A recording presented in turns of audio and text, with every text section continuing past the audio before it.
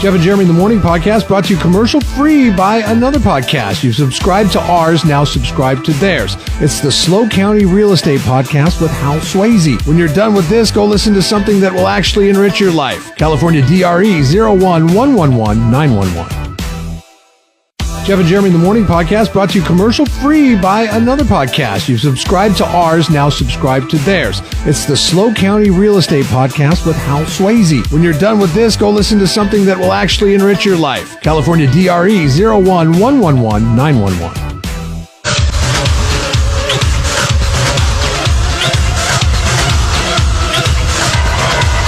All right, good morning and congratulations again if you missed it yesterday.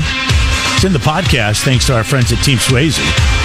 Natalie Rascato, Paso Robles, wrapped it up and took home the 12 days of Christmas. The answer to question number 12, it was a hurricane.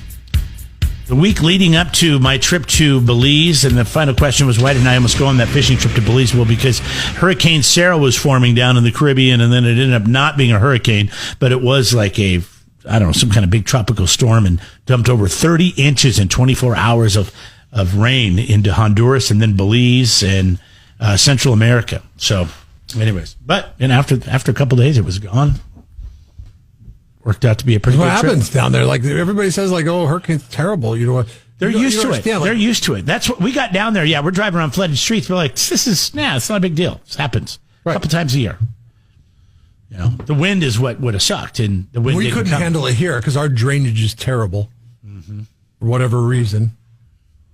Like, it rains like this street out here, the Sacramento River Drive. Yes, that's what it looked like in Belize when they get 30 inches. Here it's like 3 inches of rain. Yeah, no, like a quarter of an inch. You can get a quarter of an inch of rain, and it just pools up on the street. It's like, dude, if we ever got I know we get these atmospheric rivers, and that cripples that Sacramento River /drive. It's bad. But yeah, it's amazing. We went to Charleston after their hurricane. They got record rainfall, and you can still see standing water sitting everywhere. But it's like everybody moves around about their day like everything else. You know why? Because it gets super nice. It's nice more often than it is hurricane time. It's just a hurricane is a lot at once. Kind of like California and the atmospheric rivers, really, to be honest with you. It's just we get a little bit less. This is why, well, hold on a second. Do you want to play a game? Sure. I love playing games. Okay. What do you think this sound is? Okay. All the way down.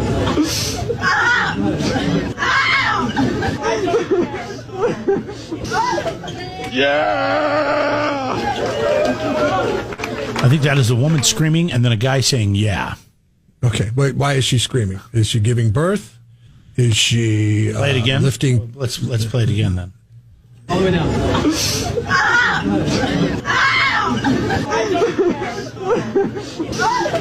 Yeah. Here are your choices. Is she squatting? Is she squatting like heavy weights or something? Okay, that was one of your choices, actually. Lifts 200 pounds over her head at the gym. That's what it sounds like, right? Yes. Or was she stuck in a high chair at a restaurant? A high chair. What does that mean? Like what a little kid sits in? Yeah.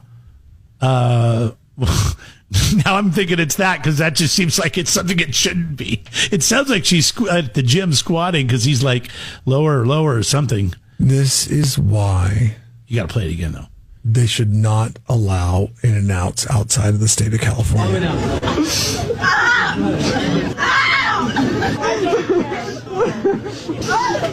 Yeah. What, did she cram her in there or something? Those dumb country bumpkins up in Idaho. Dude, this is like in Boise, by the way, where this In-N-Out is. That is not Idaho anymore. That is now California. Idaho. No, everybody from California moved to Boise. And now in Boise, homes are $1 million. It's like, might as well be San Luis Obispo, except for more people live there. It's ridiculous. And the weather sucks. And it's boring, really. With all the parts of Idaho that you could live in, that's the place you live, the most boring part. I don't know about that. I mean, you can drive outside of town and do stuff, I'm sure. Yeah, you can get to areas quick.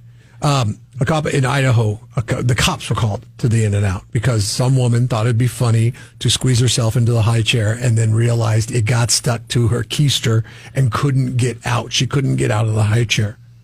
She was being silly. Her friends filmed it and they laughed. Was she at her. intoxicated? I mean, was it because That's what this whole thing is. I don't know. Is that allowed in Boise Town? I mean, do they allow people to drink in Boise Town?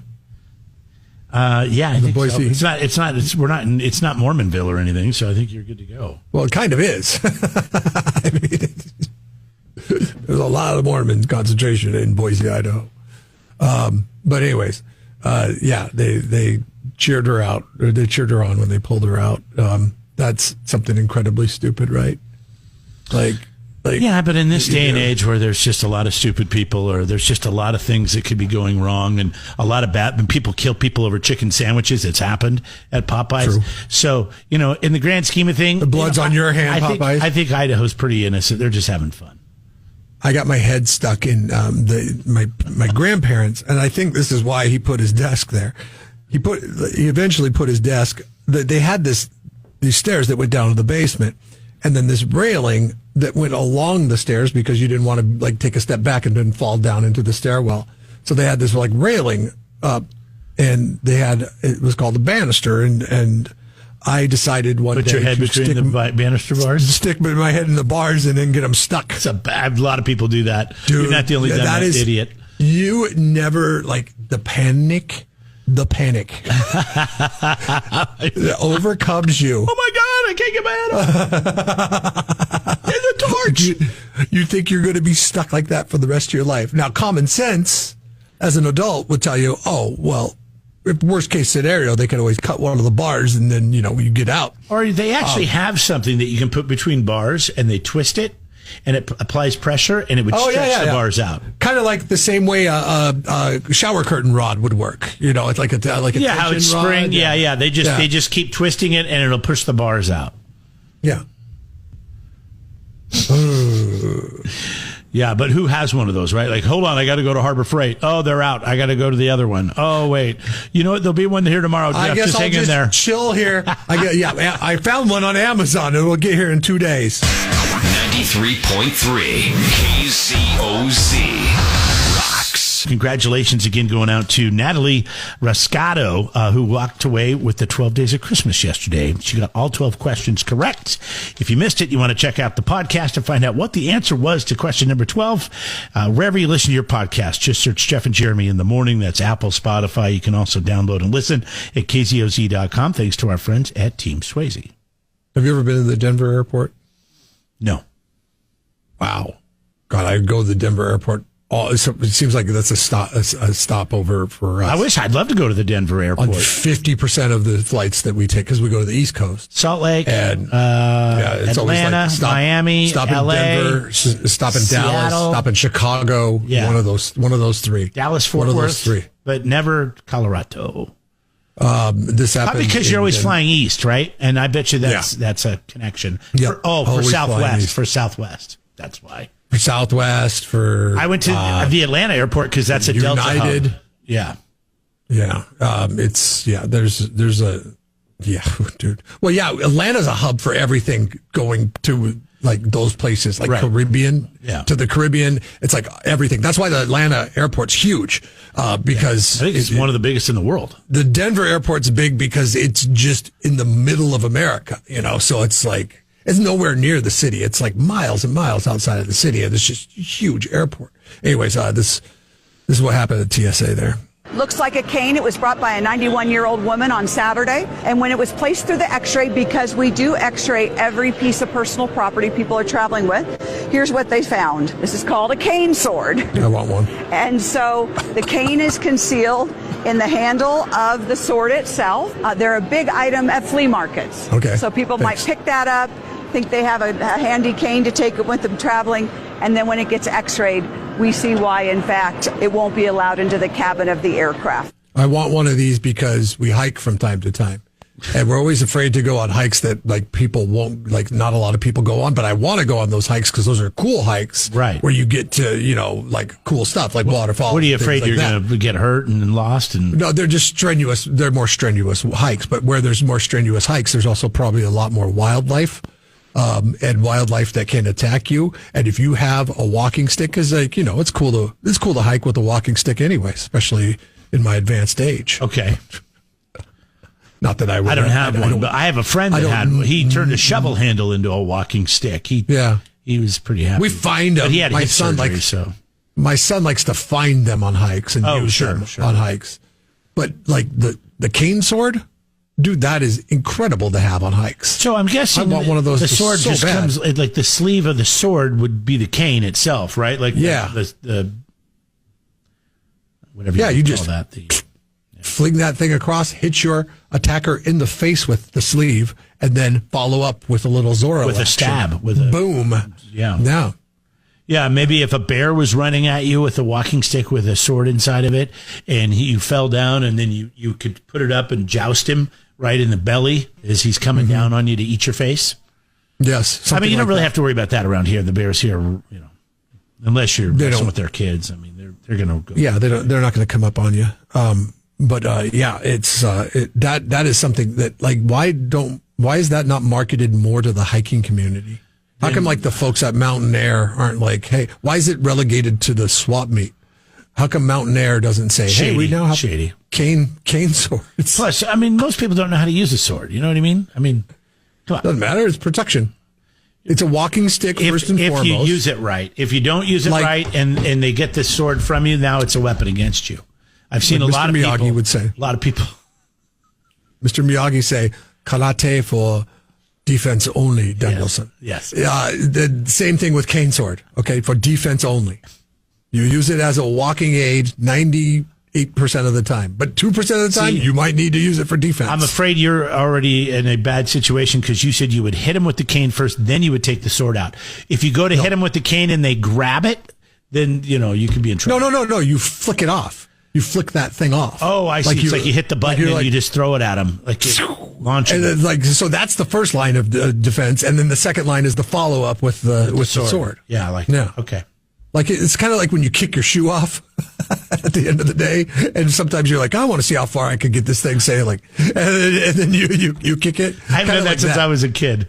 Yeah, me neither. But I'm just saying, my kid does it all the time, though. He's 8. He wants to see how far he can get that shoe to go. Are you going to try it now? Yeah, whoa, that was good. That wasn't so bad. That was very good. That wasn't so bad. It only went like 5 feet.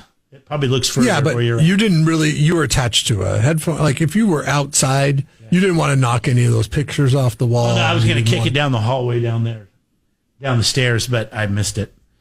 All right, I'm going to go get my shoe on. You try to see this is good Olympic event. How come this is not an event in the Olympics? Shoe There are kicking. a lot of things. Hey, yeah. How far can you kick your break shoe? dancing? I would rather watch shoe kicking. Yes, me too. Like, and it's easy to watch. You're like, it's like the shot put, but better because it's Anybody can do it. Yeah. Jeff and Jeremy in the morning. All right, Jeff and Jeremy here. The holidays are going to be wrapping up soon, and you're going to be done with people and being out, and you're going to want to seclude yourself, and maybe it's time for a career change. Maybe you're looking for a job, but you don't like people. I'm all ears. Well, then you should drive a locomotive. Because you just sit up there and you drive, you don't have to deal with anybody. Yeah, but you have to be trained. Don't you have to have some kind of training to drive a train? You're transporting. Yes, but once you're there, you're people. You can live there. Yeah, all by but what yourself. kind of training? Like, where do you go to the driving train school? Go to Amtrak.com and click on "Are you hiring?" I don't know. Lighthouse keeper. This sounds even harder to do. Is there even such a thing anymore? If you're a lighthouse keeper, you can be a recluse. Power plant I would hate operator. That. I don't know. I need some kind of degree to be a power plant operator, though. Lighthouse operator. I don't know if they make you have a degree for that. Let's see. A security guard. You're telling me night shift security guard. Like you're the guy that sits there all night. Those people die. Haven't you ever seen a horror movie? To get trained to drive a train, you typically need to apply for a position with a train company, which will then provide you with comprehensive training program covering technical skills, industry regulations. So all you have to do is fill out an application and be like, hey, I want to get trained to drive a train. And then they put you in a simulator and they do all this training. And then they're like, all right, there you go. I mean, think about it. You could be a truck driver, but I think I'd rather drive a train, and I'd rather drive it through the Great North all the way up to Alaska. Locomotive engineers generally receive blank of on-the-job training. How long do you think the process takes? Oh, I'm sure it takes a year. 2 to 3 months.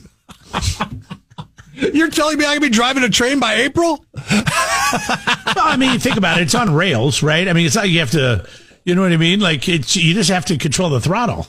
I mean, I'm sure there's more to it than that. The training involves riding with an experienced engineer who teaches them the characteristics of that particular train route. Yeah, there you go. Like, okay, you see this turn up here? You're going to want to back off on the accelerator a little bit on that one.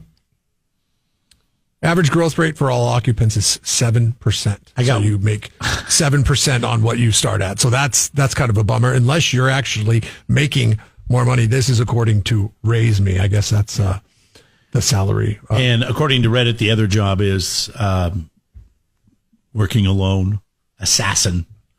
Yeah, assassins normally just work alone. They're usually loners. Projected percent change in employment from 2016 to 2026. There's a 3% decline, so there's not a lot of demand for people driving trains. Like once the AI takes over, but driving a train, you'd do it, right? That'd be fun. I would love to drive a train, dude. Yeah. Are you kidding me? That would be amazing. Get your coffee. Got to have a lid on it because it's gonna be bumpy, I bet. But do I get to wear the hat? You know, the hat. It's up to you. It's up to you if you wear. I would wear the hat. I would wear the hat for sure. I mean, it's not like you're shoveling wood or coal or anything in these trains anymore. No. It's all diesel now. That's other people's job. That's other people's job. You're just pushing buttons, sliding levers. So if you don't cut it as the operator of the train, do you have to go work in the mechanical parts of it? Because that's something I don't want. That's not. Yeah, you're not mechanically inclined like that. I'm going to trust those people. That takes a special person. And that would actually. So I bet you anything, the people that maintain trains, they end up making more money than the actual conductor. Because, I mean, listen, 2 to 3 months of training, riding with a guy that has been doing it for a while, and he's like, yeah, you're going to want to take this corner slow.